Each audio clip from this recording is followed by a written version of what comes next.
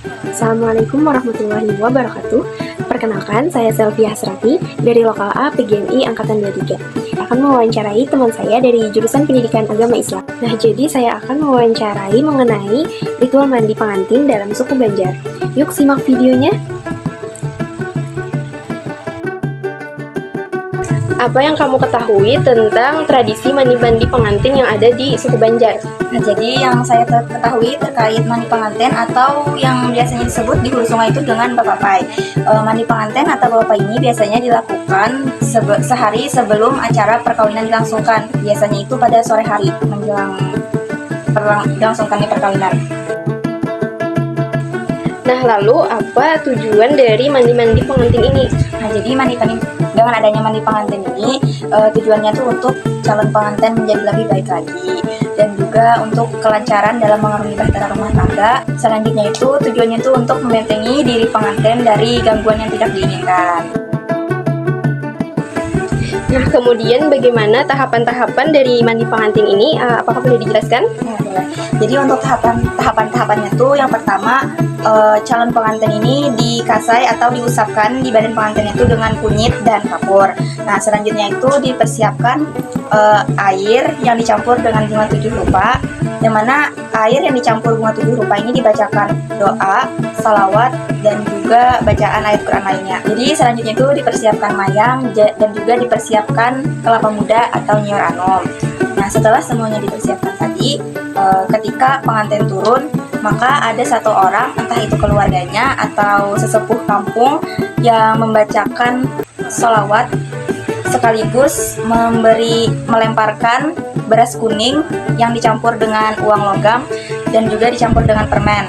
Nah, kemudian nanti orang-orang yang hadir di acara mandi-mandi pengantin itu akan memperebutkan apa yang dilemparkan oleh yang membacakan sholawat tadi. Nah, selanjutnya itu kemudian pengantin itu didudukan dengan berdampingan, baik itu di halaman rumah pengantinnya ataupun di sampingnya. Nah, kemudian nanti ada orang yang memandikannya. Orang yang memandikannya ini bisa dari keluarga pengantin atau sesepuh kampung yang ada di sana. Dengan sebanyak 3 orang yang memandikannya. Setelah itu pengantin disiramkan air yang sudah dibacakan bacaan doa tadi. Nah, kemudian setelah itu mayang tadi diletakkan di atas kepala pengantin.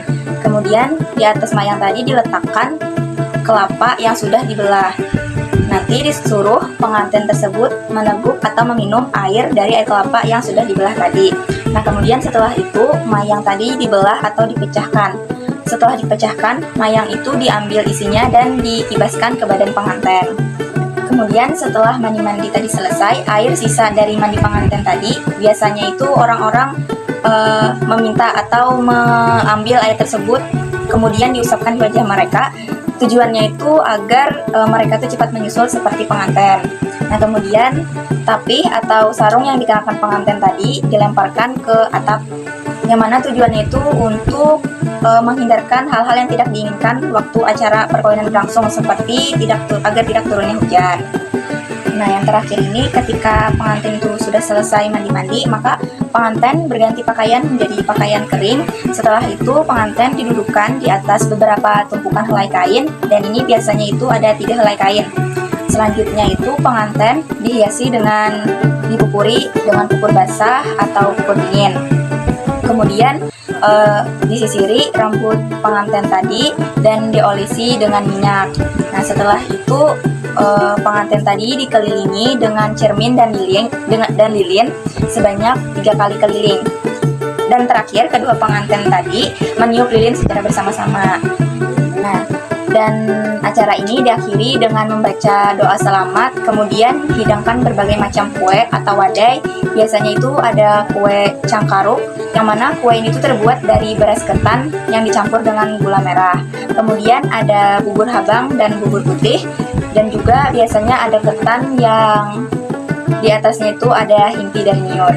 Dan juga kemudian biasanya itu ada piduduk, yang mana piduduk ini dimaksudkan agar tidak terjadi sesuatu hal yang tidak diinginkan waktu acara perkawinan berlangsung, seperti pengantinnya kesurupan atau pengantinnya sakit waktu acara pengantinan. Ada Adapun refleksi dari wawancara tersebut, yakni di mana tradisi mandi-mandi pengantin ini merupakan perpaduan kompleks antara nilai-nilai luhur budaya lokal yang sudah turun-temurun dengan nuansa keislaman yang sangat kuat di Kalimantan Selatan. Nah, prosesi ini juga sangat kaya akan simbol dan makna. Lalu apa hubungan dari prosesi mandi ini dengan nilai-nilai Islam? Yakni terdapat beberapa aspek yang sudah dijelaskan tadi memiliki keselarasan atau setidaknya dapat diterima dalam pandangan Islam. Terutama jika dilaksanakan dengan niat yang baik dan tidak bertentangan dengan syariat. Contohnya itu terdapat pada tujuan mandi-mandi itu sendiri, yang mana tadi disebutkan bahwa tujuan mandi-mandi pengantin ini yakni membersihkan jiwa dan raga, membuang keburukan atau naas, melupakan masa lalu, dan juga menjadikan pribadi yang lebih baik lagi. Nah, ini selaras dengan konsep kesucian atau taharah dalam Islam, yang mana merupakan syarat sah dari ibadah. Nah, mandi ini dimaknai juga sebagai mandi sunnah atau persiapan spiritual dan fisik untuk memasuki kehidupan yang baru. Lalu selanjutnya itu ada pada penggunaan air yang sudah dibacakan doa, salawat, dan ayat-ayat Al-Quran. Nah, ini dengan tujuan mencari keberkahan serta memohon keselamatan dan juga kelancaran dalam rumah tangga. Tadi juga sudah disebutkan bahwasanya dalam tradisi ini disediakan berbagai hidangan kue, bubur, dan juga pidudok. Ini sebagai bentuk simbol rasa syukur atas terselenggaranya pernikahan dan akan dilaksanakannya acara resepsi perkawinan. Ada juga bakasai kuning tadi dengan kunyit dan juga kapur serta memakai pupur dingin setelah mandi. Nah, ini bertujuan agar pengantin terlihat berseri dan juga bersih ketika bersanding di pelaminan. Maka hal ini diperbolehkan atau juga bisa disebut sunnah bagi pengantin asalkan dilakukan dengan cara yang baik dan tidak melanggar syariat.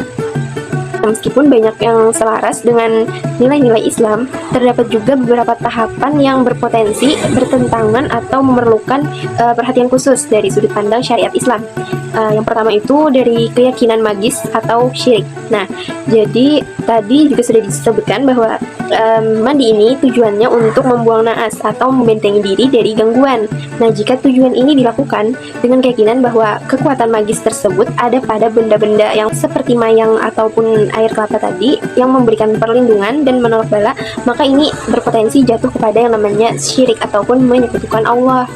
Nah, karena dalam syariat Islam itu mengajarkan bahwa perlindungan atau penolakan dari keburukan itu mutlak datangnya hanya dari Allah melalui doa biasanya itu ataupun zikir dan kepatuhan kita ataupun tawakalnya kita kepada Allah.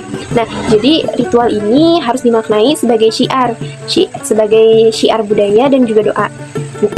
Selanjutnya ada kemungkinan melanggar batasan aurat. Nah, jika dalam prosesi mandi ini, terutama pada pengantin wanita itu mandinya ada terbuka auratnya. Apalagi kan mandi pengantin ini biasanya dilaksanakan di depan rumah ataupun di samping rumah, dan itu pastinya ditonton oleh banyak orang, ada laki-laki, ada juga perempuan. Jadi kalau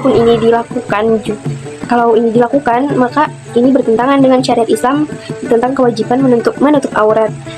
Jadi bagi pengantin wanita itu harus tetap menutup aurat, tetap memakai kerudung di saat mandi pengantin tersebut.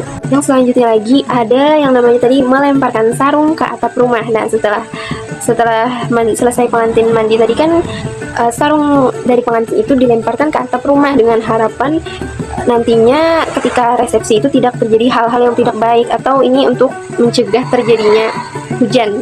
Nah, tindakan melemparkan sarung ini dengan tujuan agar tidak hujan tadi itu memiliki unsur tahayul atau kepercayaan di luar akal yang tidak memiliki dasar dalam nas Al-Quran maupun hadis.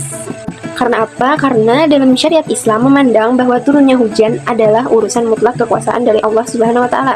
Nah, percaya bahwa benda ataupun perbuatan tertentu dapat menahan hujan adalah bentuk keyakinan yang perlu diluruskan.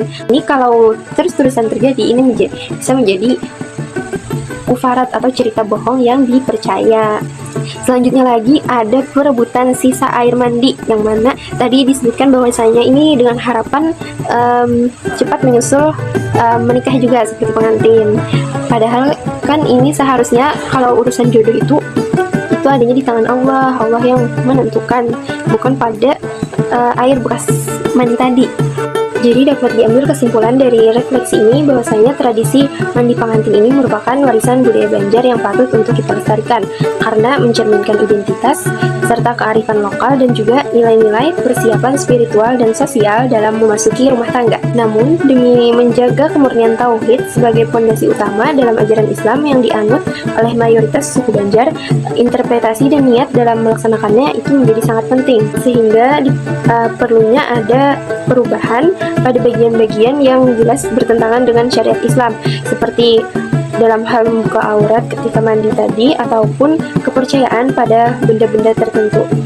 Dan sebaiknya juga ada modifikasi agar sesuai dengan prinsip-prinsip dalam Islam. Secara umum, tradisi ini dikategorikan sebagai adat yang mubah atau diperbolehkan selama aspek-aspek potensialnya seperti syirik dan kufarat tadi dapat dihilangkan dan kewajiban syariat tetap ditegakkan.